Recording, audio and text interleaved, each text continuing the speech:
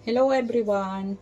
May tuturo ako sa inyo. Alam kong malaking matutulong nito, lalo na po dun sa mga taong batak na batak ang katawan sa trabaho. Yung palaging nakakaramdam ng pananakit ng balikat, baywang, tuhod, braso.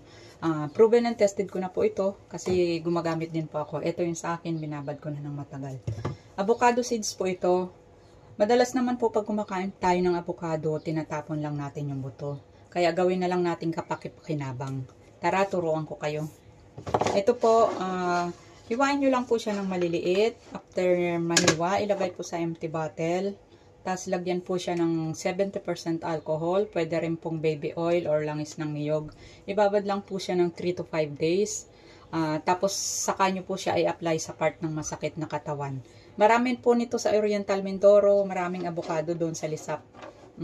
Gawin nyo na po, try nyo na. Malaki po ang maitulong nito sa inyo. Share my video para malaman ng iba. Thanks!